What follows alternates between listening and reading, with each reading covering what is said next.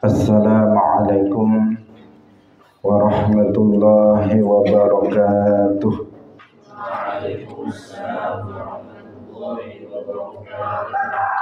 Alhamdulillahi rabbil alamin.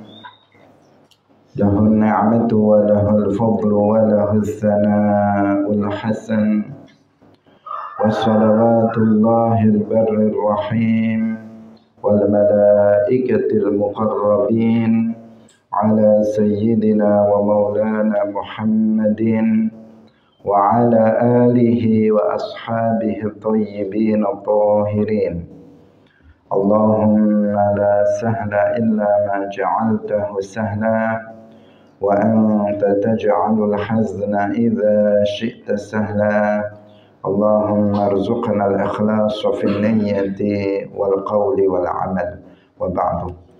Ila nabiyil Mustafa sallallahu alaihi wasallam wa ikhwanihi minal anbiya'i wal mursalin wa syuhada'i was salihin, khususan ila sultanil awliya Syekh Abdul Qadir Al-Jilani wa Syekh Ahmad Ar-Rifai wa Syekh Bahaidan Al-Naqsyabandi wa Syekh Abdullah Al-Harari wa ila arwahi muassisi jam'iyati Nahdlatul Ulama Syekh Muhammad Hashim Ash'ari wa Syekh Bisri Sansuri wa Syekh Abdul Wahab Hasbuwah wa ila arwahi jami'i ahli al-qubur minal muslimin wal muslimat. Al-Fatihah. A'udzu billahi minasy syaithanir rajim. Bismillahirrahmanirrahim. Alhamdulillahi rabbil alamin. Ar-Rahmanir Rahim. Maliki yaumiddin. Iyyaka na'budu wa iyyaka nasta'in. Ihdinas siratal mustaqim. Siratal ladzina an'amta 'alaihim ghairil maghdubi 'alaihim waladdallin. Amin. Hadirin hadirat, kaum muslimin muslimat, pemirsa Madu TV rahimakumullah. Alhamdulillah, kita bersyukur kepada Allah Subhanahu wa taala di pagi hari ini. Allah Subhanahu wa taala masih menganugerahkan kehidupan, kesehatan, keimanan, sehingga kita semuanya pagi hari ini bisa kembali bersama-sama melanjutkan pengajian kitab Sahih Al-Bukhari, Kitabul Iman. Semoga kebersamaan kita pada pagi hari ini mendapatkan keberkahan dari Allah Subhanahu wa taala. Setiap kita yang hadir mendapatkan pahala dari amal soleh yang dilakukannya dan mendapatkan ilmu yang manfaat, barokah fid dunya wal akhirah. Amin ya rabbal alamin. Salawat dan salam semoga tetap terlimpahkan kepada Nabi Agung Nabi Muhammad sallallahu alaihi wasallam, para sahabatnya, keluarganya, serta seluruh umat Islam yang mengikuti beliau ila yaumil qiyamah. Hadirin rahimakumullah, kita ikhlaskan niat kita masing-masing, kita ngaji lillahi ta'ala.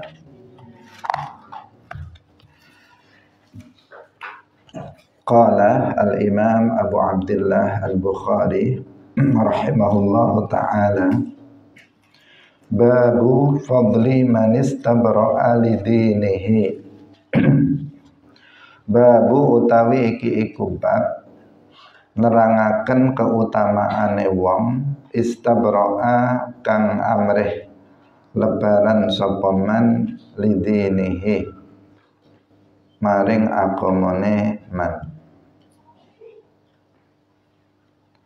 Wa bihi ilaihi qala haddatsana Abu Nu'aimin haddatsana Zakariya an Amirin qala sami'tu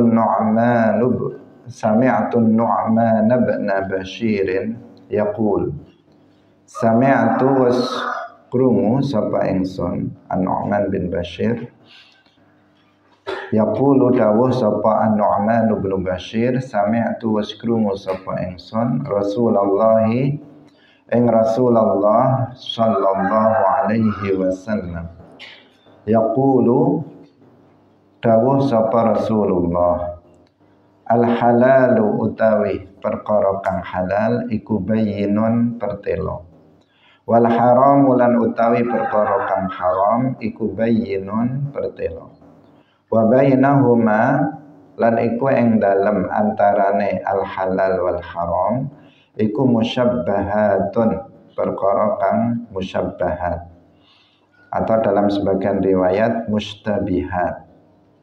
Dalam riwayat yang ini musyabbahat fi ba'd riwayat mustabihat.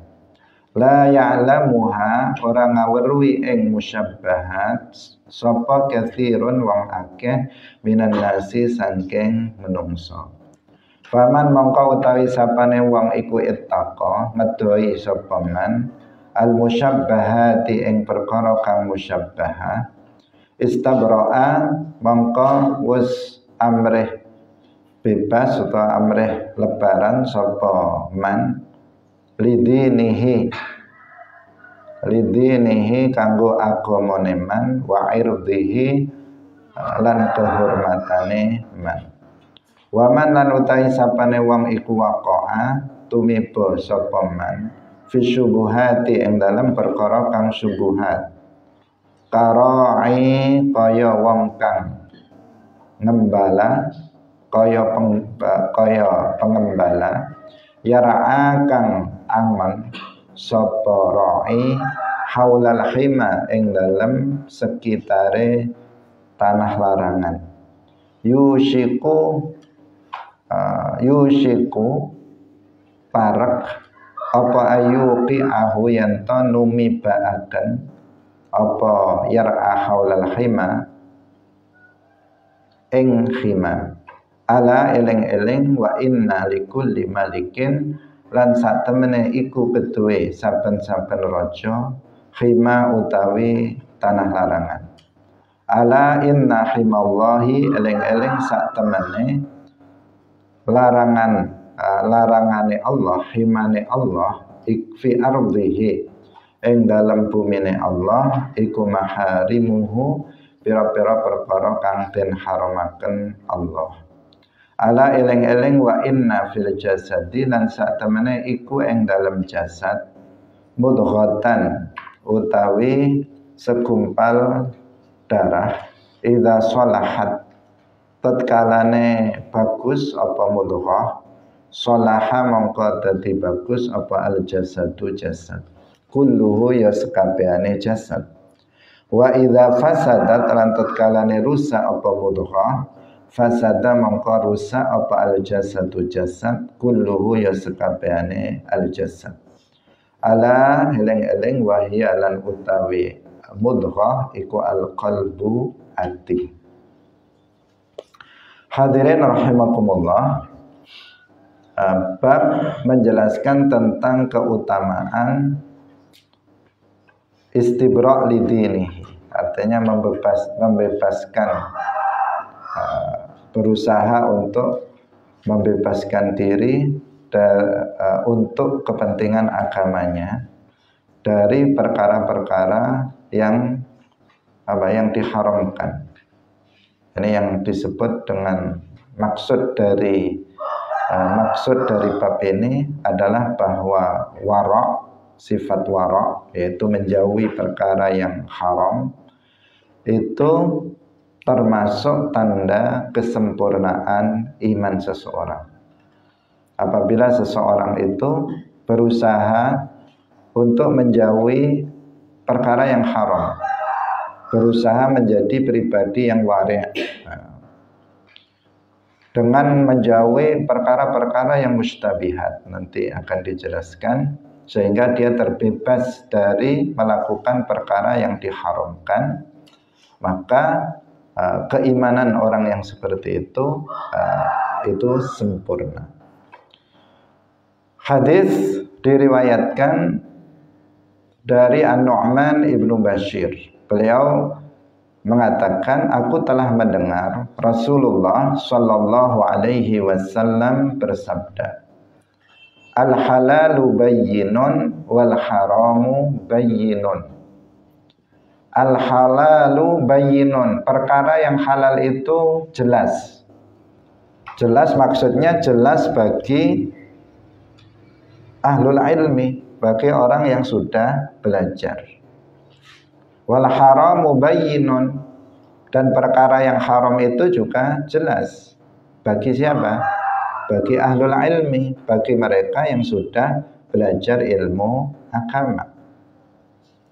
Kalau seseorang itu nggak belajar, meskipun jelas, ya tidak jelas. Nah, ya kan? Ada orang nggak pernah belajar ilmu agama. Kadang sesuatu itu sudah jelas halal, dia nggak tahu kalau itu halal. Kadang sesuatu itu sudah jelas-jelas haram, karena dia nggak pernah belajar, sehingga dia tidak tahu kalau itu haram. Bahkan terkadang sudah pasti perkara itu tergolong sebagai perkara yang kufur, yang bisa mengeluarkan seseorang dari Islam, dia pun nggak tahu. Padahal sudah pasti, sudah jelas. Misalnya di situ ada penghinaan kepada Allah, di situ ada tasbih atau tajsim, tapi dia nggak tahu kalau itu bisa mengeluarkan dia dari Islam. Dia nggak tahu itu, padahal sudah wadih, padahal sudah bayyin.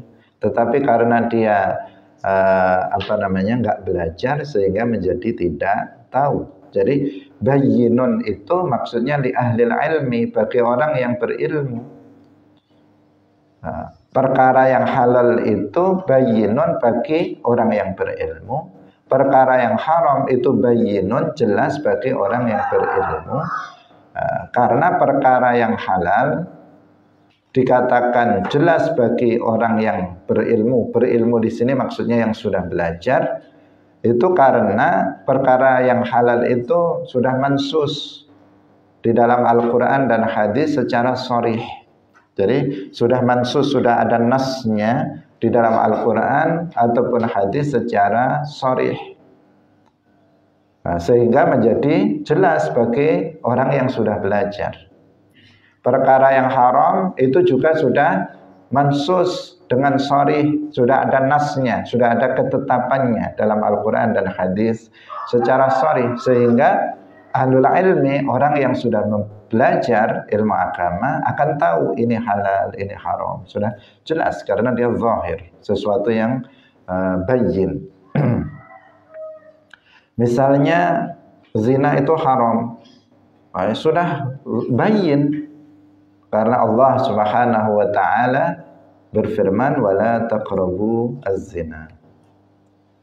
Mencuri itu haram, bayyin, sudah jelas, karena dalam Al-Quran sudah dijelaskan, as-sariqu was-sariqatu faqta'u aydiyahuma, sudah jelas. Riba itu haram, itu bayyin, sudah zahir bagi orang yang sudah belajar. Ahallallahu al-bai'a wa harrama ar-riba. Ada nas sharih dalam Al-Quran maupun hadis yang menjelaskan tentang itu.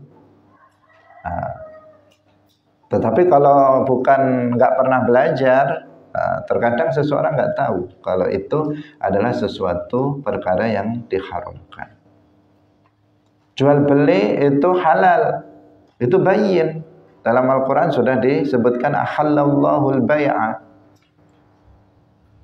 Nikah itu boleh, halal, bayyin. Dalam Al-Quran sudah disebutkan fankihu ma taba lakum minan nisa.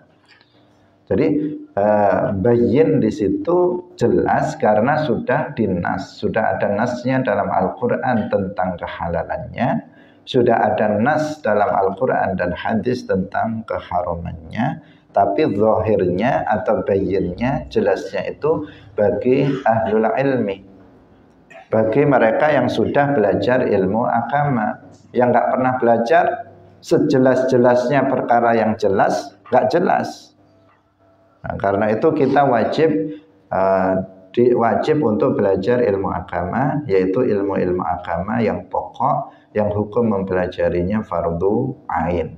Di antaranya agar kita bisa mengetahui mana yang halal dan mana yang haram. Wa bainahuma musyabbahatun atau mustabihat dalam riwayat yang lain. Dalam Arba'in Nawawiyah yang dulu pernah kita kaji di forum ini, itu riwayat yang kita baca di sana adalah mustabihat. Nah, untuk di sini itu riwayat musyabbahat. Wa bainahuma, di antara yang halal haram itu adalah perkara yang mustabihat atau musyabbahat, yaitu perkara yang nggak jelas halal dan haramnya bagi kebanyakan orang. Karena ada keserupaan pada perkara yang halal dan ada keserupaan pada perkara yang haram. Ada mirip-mirip halal, ada mirip-mirip haram. Sehingga kebanyakan orang itu tidak tahu. Tidak tahu hukum pastinya apakah dia itu halal, apakah dia itu haram. Dalam Al-Quran dan hadis nggak ada nas yang sharih tentang kehalalannya dan tidak ada nas yang sharih tentang keharamannya. La ya'lamuha katsirun minan nas. Kebanyakan orang nggak tahu karena kebanyakan orang itu nggak memiliki kemampuan untuk berijtihad, tidak memiliki kemampuan untuk istinbat al-ahkam, untuk menggali hukum dari Al-Quran dan hadis.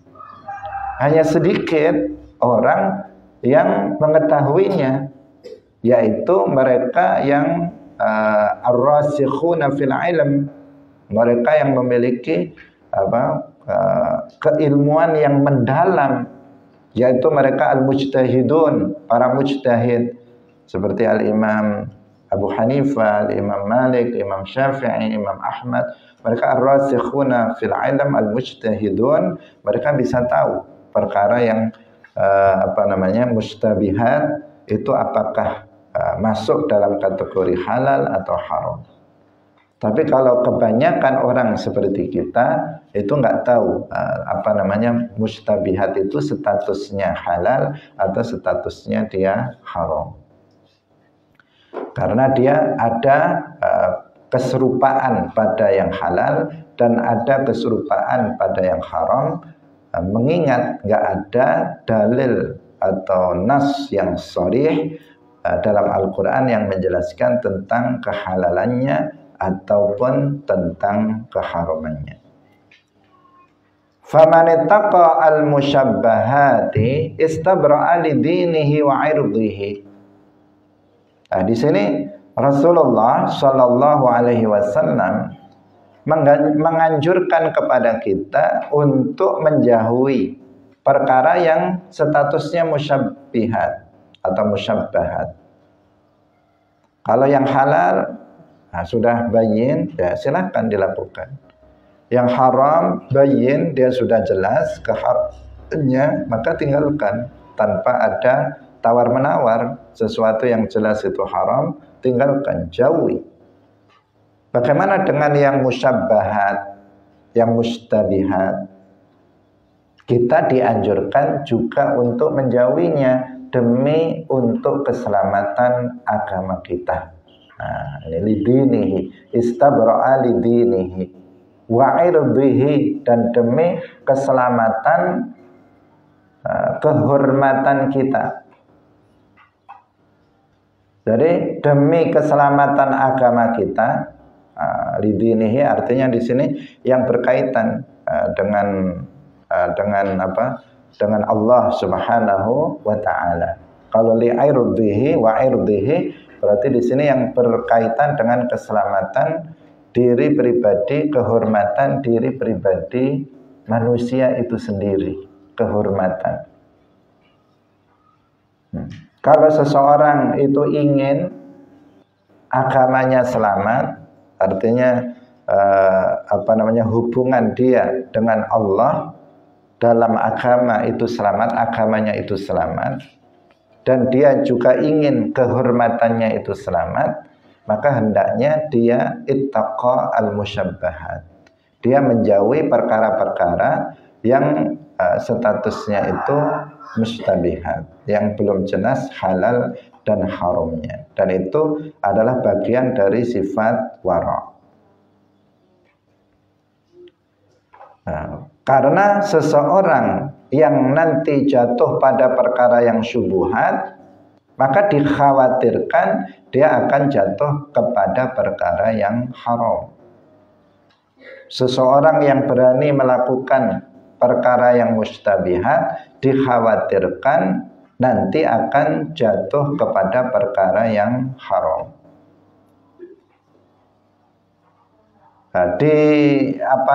Dibandingkan atau diserupakan oleh Rasulullah Shallallahu Alaihi Wasallam, kara'i yar'a haulal khima yushiku aywaqi'ahu ala wa inna likulli malikin himan ala inna himallahi fi ardihi maharibuh.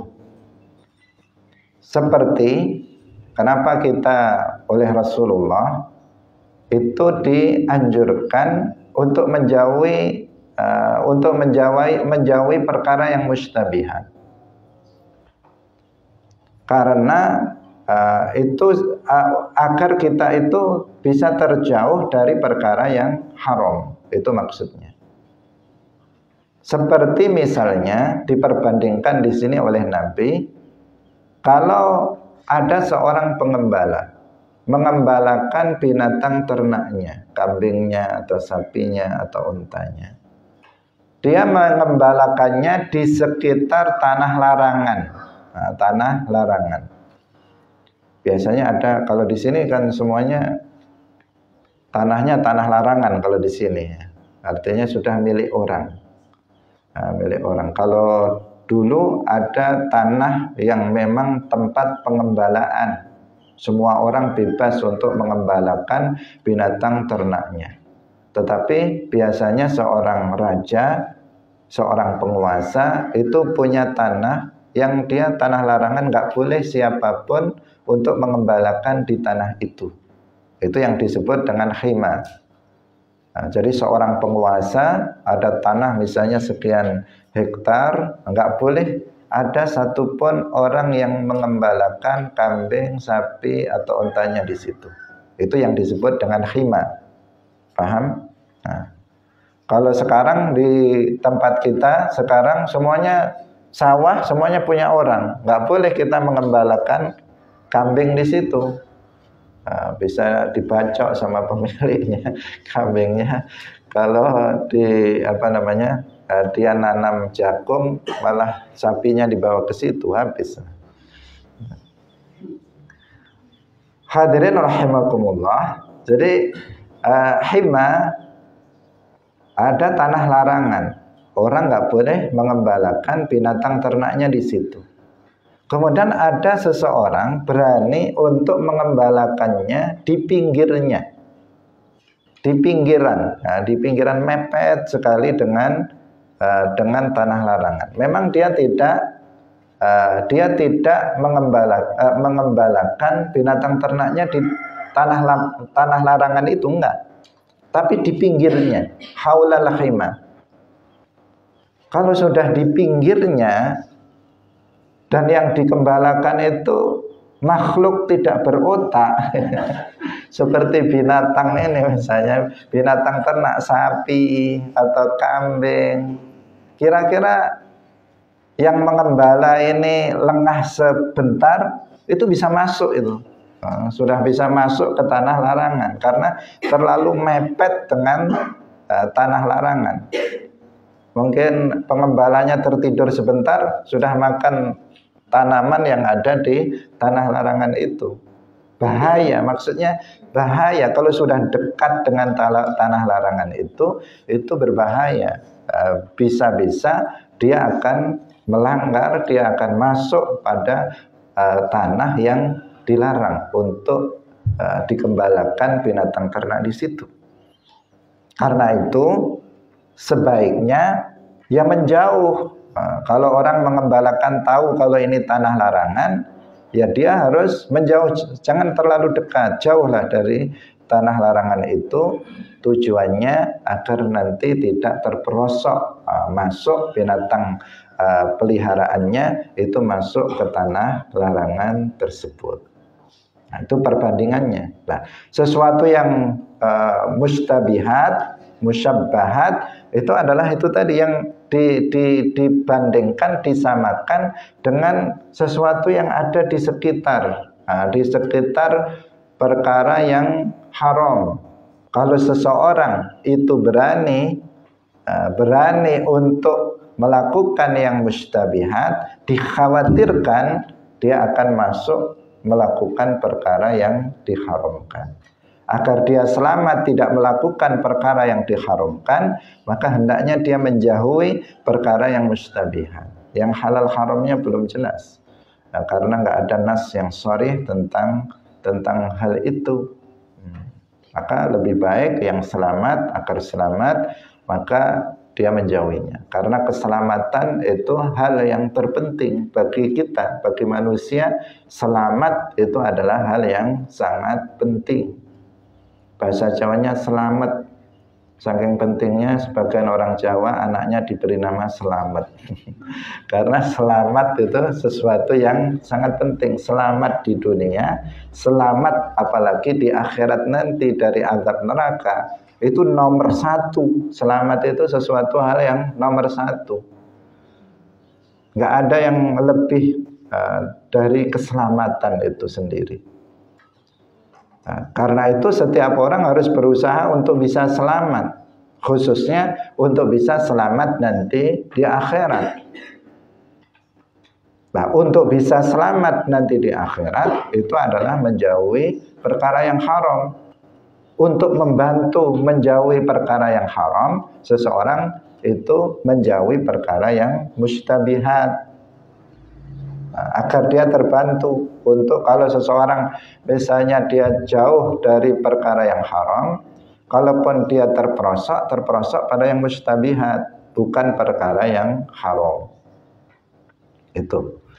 Jadi Rasulullah Shallallahu Alaihi Wasallam mengajarkan kita untuk wara', untuk memiliki sifat wara', menjauhi perkara-perkara yang diharamkan demi keselamatan. Istabro'a lidinihi di sini keselamatan agamanya, keselamatan bahkan kehormatan dia di dunia ini. Seseorang yang jatuh pada perkara-perkara yang diharamkan, kehormatannya juga akan hilang. Seseorang yang melakukan bahkan perkara yang mustabihat, kehormatannya juga akan bisa turun. Tidak bernilai di hadapan di hadapan manusia. Orang akan mencacinya, orang akan mencelanya, orang akan meremehkannya karena dia telah melakukan perkara-perkara yang diharamkan. Yang mustabihat saja itu juga bisa mengurangi kehormatan seseorang. Irdun itu maudhi'udz dzam wal madh minal insan. Jadi tempat celaan dan pujian bagi manusia, itu kehormatan yang tadi kita bahasakan seperti itu. Kalau kehormatan atau kalau seseorang itu bebas dari perkara yang haram dan mustabihat, maka dia nggak akan dicela oleh orang. Tetapi jika seseorang itu jatuh pada perkara yang haram atau mustabihat, maka di situ rawan bagi dia untuk kemudian dicela oleh orang lain. Wa man waqa'a fi syubuhat kara'i yar'a haulal hima yushiku ayyuwaqi'ahu. Ala wa inna likulli malikin himan ala inna himallahi fi ardihi maharimuh. Ingat bahwa setiap raja itu memiliki tanah larangan. Dan ketahuilah bahwa khimanya Allah di buminya itu adalah maharimuhu, perkara-perkara yang diharamkan. Artinya ma'asihi, perkara-perkara maksiat itu khimallah. Jadi khimallah itu ma'asihi, perbuatan-perbuatan maksiat, perbuatan-perbuatan yang diharamkan itu khimallah. Kita dilarang untuk melakukan maksiat-maksiat. Itu himallah, nggak boleh kita melakukannya. Nah, agar kita tidak melakukannya, maka jangan melakukan yang mustabihat. Nah, karena yang himallah ini sesuatu yang haram itu bayin, tetapi yang mustabihat ini tidak bayin bagi kebanyakan orang, hanya bagi sebagian orang, yaitu para mujtahid yang mengetahuinya. Nah, karena kita nggak tahu, maka kita lebih baik kita itu menghindar. Jadi dalam sesuatu yang kita tidak mengetahui, maka lebih baik kita tidak melakukannya. Kita misalnya, ini halal atau haram ya? Nggak tahu halal atau haram ya. Udah, nggak usah dilakukan. Kalau ini halal atau haram ya? Halal, udah jelas ini dalilnya. Lakukan. Ini halal atau haram ya? Haram, ini dalilnya. Karena kita sudah belajar, maka kita hindari. Halal atau haram ya? Haram. Sudah belajar dalam Mukhtasar min Ma'asil Lisan ini. Udah nggak usah dilakukan. Halal haram misalnya, ini sudah saya pelajari di Mukhtasar min Ma'asi Al-Badan. Udah nggak usah dikerjakan karena sudah bayin bagi kita. Tapi kalau ini halal atau haram ya, nggak ada, ini nggak masuk dalam ma'asi yang saya pelajari, nggak ada dalam Quran, dalam hadis juga nggak tahu kita. Halal atau haram, nggak tahu. Bagaimana sikapnya? Jauhi, nggak usah dikerjakan, nggak usah dilakukan. Itu yang aslam, itu yang lebih selamat. Kaidah para ulama yang dikemukakan, al-ahwatu fid dini aslam. Lebih berhati-hati di dalam masalah agama itu yang lebih selamat. Nah, yang dalam hal ini yang lebih berhati-hati yaitu meninggalkan perkara yang mustabihat. Itu akan lebih menjamin keamanan bagi seseorang. Ini diucapkan apa enggak ya? Kalau diucapkan ini termasuk perkara yang halal atau haram. Nggak tahu kita, maka nggak usah diucapkan, itu akan membawa keselamatan bagi kita.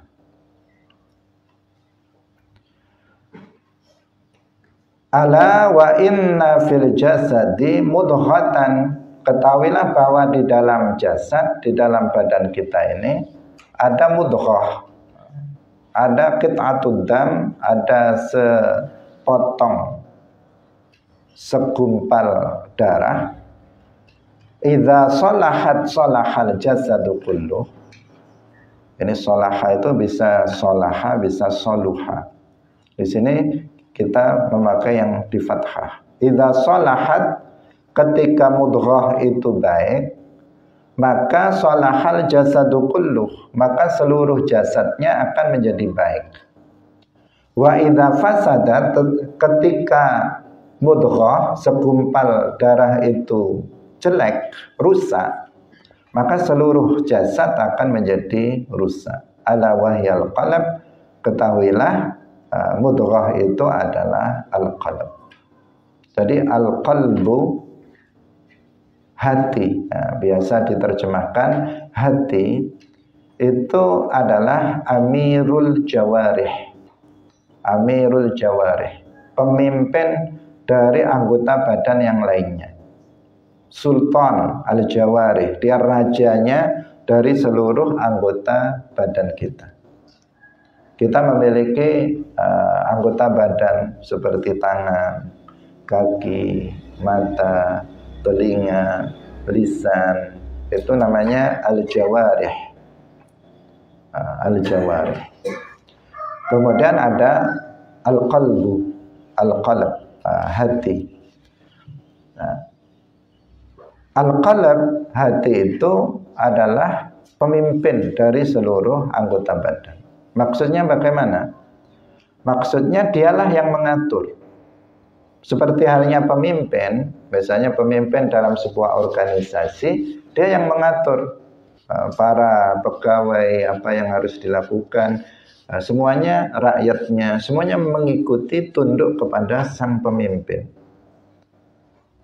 Dalam jasad ini, hati sebagai pemimpinnya, hati itu yang akan mengatur apa yang dikerjakan oleh anggota badan lainnya, itu mengikuti instruksi dari sang pemimpin yang bernama al-qalbu, hati.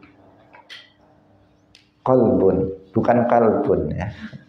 Kalau kalbun itu artinya anjing ya. Qalbun. Karena dalam bahasa Indonesia itu, dalam entah bahasa Indonesia sudah ditetapkan atau belum, nggak tahu, itu diartikan kalbu. Sudah masuk di dalam kalbuku, dia mengatakan seperti itu. Apakah kalbu, bukan kalbu tetapi kalbu. Apakah sudah jadi bahasa Indonesia? Kalau sudah jadi bahasa Indonesia ya nggak masalah, karena sudah bukan bahasa Arab lagi. Tapi kalau masih bahasa Arab, kalbun itu anjing artinya, bukan hati. Kalau hati itu qalbun. Jadi hati ini nanti yang dia akan yang mengatur semuanya. Kalau hatinya itu memerintahkan tangan untuk melakukan keburukan, maka dia akan melakukannya. Jika hati ini memerintahkan tangan untuk melakukan kebaikan, maka dia akan melakukannya. Jika hati itu menyuruh mata untuk melihat perkara yang haram, dia akan melihat yang haram. Jika hati memerintahkan, menyuruh mata ini untuk melihat perkara yang halal, maka dia akan melihat yang halal. Semuanya apa kata hati? Apa yang kata hati? Sehingga sangat penting bagi seseorang itu untuk membersihkan hatinya, memperbaiki hatinya.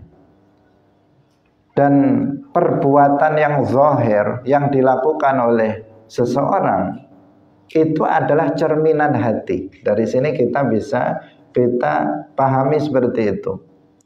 Apa yang dilakukan oleh tangan kita, oleh lisan kita, oleh mata kita, telinga kita, kaki kita, itu cerminan hati seseorang.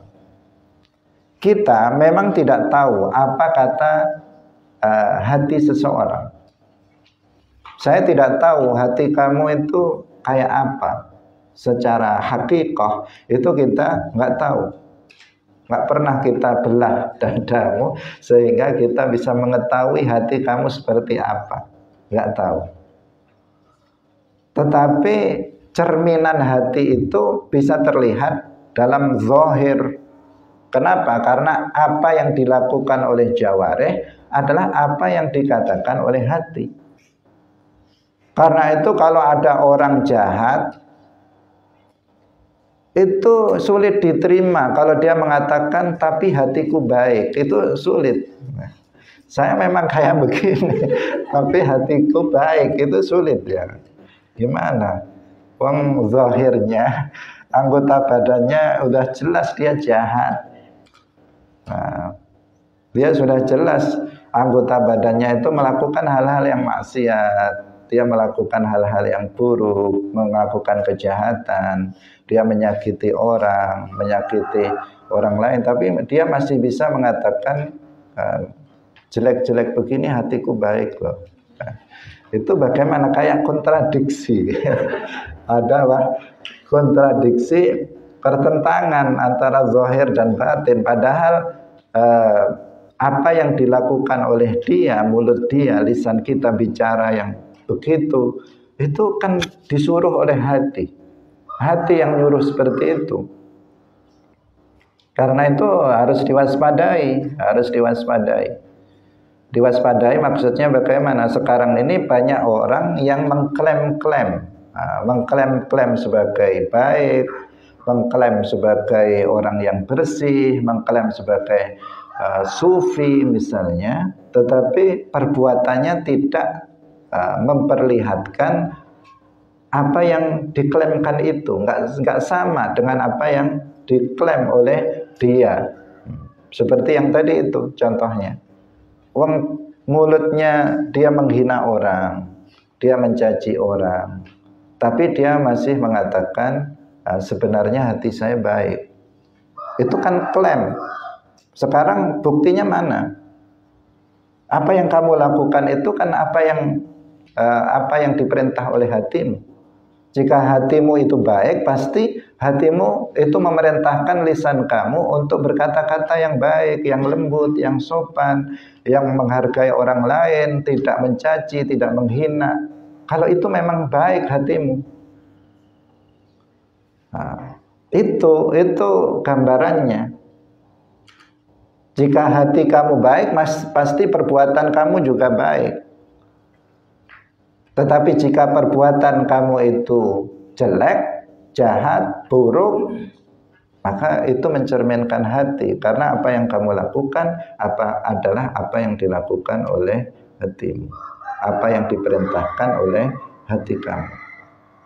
Ini sangat penting sekali ya untuk kita perhatikan. Sebagian orang itu sembunyi, masih merasa baik, sementara dalam perbuatannya sudah terbukti dia itu bukan orang yang baik. Bahkan terkadang dia melanggar syariat Islam. Dia melakukan perkara-perkara yang haram, dia berani melakukan perkara-perkara yang haram, tapi dia masih mengaku hatinya bersih. Ada, bahkan sebagian mengaku saya adalah waliullah, saya adalah wali Allah, hati saya bening, sebening kristal dan sebagainya. Hati saya bersih, nggak ada kotoran sama sekali. Seorang wali, seorang sufi yang wali, dia mengaku, bahkan saya ini sultanul aulia, rajanya para wali, hati saya bening. Tetapi kemudian apa? Dia bermaksiat. Dia bersalaman dengan perempuan ajnabiyah, sholat subuhnya terlambat. Gimana bersih hatinya kalau seperti itu? Sholat subuhnya terlambat dari waktunya, sering meninggalkan sholat, sering menghibah orang, merasani orang, suka mencari-cari aib orang lain, suka mencaci maki orang. Dia ceramah tapi isinya apa? Menghina orang, mencaci maki orang.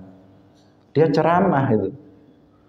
Sekarang kan banyak orang begitu. Ceramah di podium, di mimbar, tapi menghina orang, disebut lagi orangnya. Karena karena politik, karena hal-hal yang lain. Begitu dia mengaku sebagai orang yang bersih hatinya. Sementara lisannya kotor, lisannya berkata-kata yang buruk tentang orang, melakukan perkara yang diharamkan oleh Allah. Yang kayak begini ini yang kita mesti waspadai. Jadi orang yang hatinya baik, orang yang hatinya bersih, maka akan tercermin dalam perbuatannya, dalam ucapannya, dalam tindak tanduknya itu akan terlihat. Jangan kita tertipu dengan klaim atau pengakuan orang tentang sesuatu yang di dalam hati. Memang kita nggak tahu ya apa yang ada di dalam hati seseorang. Ada sebagian orang itu dia menutupi kebaikan hatinya dengan menyembunyikan kebaikan-kebaikan. Itu iya. Tetapi bukan menutupinya dengan melakukan perbuatan yang haram. Jadi dia menyembunyikan kebaikan hatinya dengan menutupi kebaikan yang dilakukannya. Misalnya dia mau sedekah, biar orang nggak lihat, misalnya dia sembunyi-sembunyi dalam sedekah, atau dia nyuruh orang tolong ini kasihkan dia, jangan bilang itu kalau dari saya ya. Misalnya dia baik hatinya, tetapi dia menyembunyikan kebaikannya. Itu sebagian orang begitu, karena takut dia riya, karena dia takut sombong dan sebagainya, sehingga dia berusaha menyembunyikan kebaikan hatinya yang tercermin dalam perbuatan-perbuatan baiknya dengan cara menutupi kebaikan-kebaikannya. Bukan seperti yang diklaim sebagian orang. Dia mengaku baik hatinya, katanya ditutupi dengan melakukan perkara yang haram. Ya sekali-kali kata dia melakukan yang haram lah, biar nggak terlihat baik kata dia. Gimana ini? Biar nggak dikira saya ini orang baik katanya. Nanti saya repot kalau dibilang saya baik, maka saya melakukan perkara yang haram sekali-kali. Itu bohong ya, orang yang seperti itu ya dia berbohong. Menutupinya itu bukan dengan melakukan perkara yang haram, tetapi dia berusaha menyembunyikan kebaikan itu dengan cara-cara tertentu yang itu bukan perkara yang haram. Karena banyak sekali di sekitar kita itu syubhah-syubhah seperti ini ya, syubhah-syubhah seperti ini. Orang yang jelas-jelas secara zahir melakukan perbuatan-perbuatan yang haram, perbuatan-perbuatan yang maksiat, tetapi dia masih melindungi dirinya dan mendoktrin para pengikutnya bahwa apa yang dia lakukannya itu sesuatu yang sebenarnya hanya untuk menutupi kebaikan dia. Itu diucapkan lagi, itu kan sudah tambah terlihatnya, tetapi bagi kita yang paham, artinya muridnya didoktrin, kalau saya melakukan ini, saya sebenarnya nggak melakukannya, itu hanya yang terlihat saja. Padahal yang terlihat itu ya itulah yang sebenarnya hakikat dari diri dia, karena itulah yang keluar dari hati seseorang. Jadi al-qalbu amirul jawarih, apa yang dilakukan oleh anggota badan seseorang itu adalah diperintahkan, diinstruksikan oleh hati. Kebersihan hati seseorang, kebaikan hati seseorang akan tercermin dalam ucapan dan perbuatan. Demikian juga sebaliknya, buruknya hati seseorang itu juga akan tercermin dalam ucapan dan perbuatan. Nah, menilai orang itu secara zahir, sehingga kita selalu mengatakan nahnu nahkumu bidzawahir wallahu yahkumu bisarair. Kita ini menghukumi sesuatu secara zahir saja, yang tampak saja. Kita tidak menghukumi sesuatu yang tidak tampak, yang ada di dalam hati. Karena yang tampak itu sesungguhnya apa yang tercermin dari dalam hati dia. Itu enggak kita kemudian menghukumi sesuatu yang enggak terlihat oleh kita, yang terlihat saja, karena yang terlihat itu cerminan dari yang tidak terlihat. Itu. Hadirin yang dirahmati oleh Allah Subhanahu wa taala. Jadi ala wahyal qalb, itu dikatakan menentukan. Jika hatinya baik, salahal jasad kulluh. Wa idza fasadat fasadal jasad kulluh. Untuk itu kita harus memperbaiki hati kita. Hati ini yang harus selalu dipantau. Hati ini yang harus selalu diawasi. Maka dalam kitab Mukhtasar Abdullahil Harari, dalam kitab Sulamut Taufiq, al-wajibat al-qalbiyah ma'asil qalb itu di depan. Itu diletakkan babnya di depan. Sebelum ma'asi al-jawarih itu disebutkan dulu kewajiban-kewajiban hati dan maksiat-maksiat hati. Karena jika kewajiban-kewajiban hati itu sudah ada di dalam hati seseorang, kemudian kemaksiatan hati itu ditinggalkan oleh seseorang, maka hasilnya kebaikan. Kebaikan. Kalau seseorang dalam hatinya misalnya ada sabar, ada syukur, ada tawakkul ala Allah, ada muraqabah billah misalnya. Kemudian dalam hati seseorang nggak ada hasad, nggak ada kibir, nggak ada ujub, maka ucapannya kan kemudian akan menjadi baik, tindakannya juga akan menjadi baik.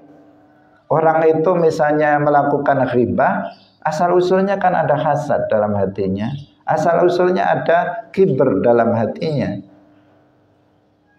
sehingga dia perlu untuk mencari aib orang, perlu dia untuk menghibah, karena hatinya nggak bersih dari penyakit hati. Maka langkah seseorang itu menjadi seorang sufi, dia harus membersihkan hatinya dari ma'asi al-qalb, kemudian menghiasi hatinya itu dengan al-wajibat al-qalbiyah, dengan akhlak-akhlak mulia. Hatinya bersih, kemudian dihiasi dengan apa? Akhlak-akhlak mulia, al-wajibat al-qalbiyah, maka semuanya akan tercermin dalam perbuatan dan ucapan. Jadilah dia seorang sufi yang hakiki.